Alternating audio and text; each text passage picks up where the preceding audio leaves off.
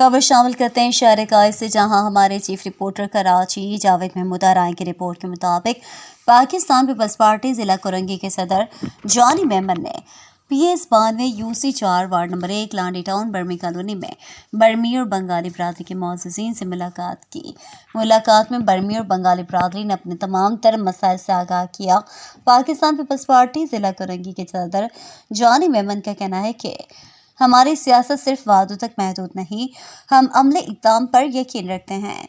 Pakistan peoples party ज़िला कोरंगी के सदर जॉनी मेमन का मज़ीद कहना है कि अवामी मसाइल को हम ज़ाती ज़िम्मेदारी समझते हुए तमाम तर वसाइल को बरोकार लाएंगे और आपके बुनियादी मसाइल आपकी दहलीज पर हल करेंगे।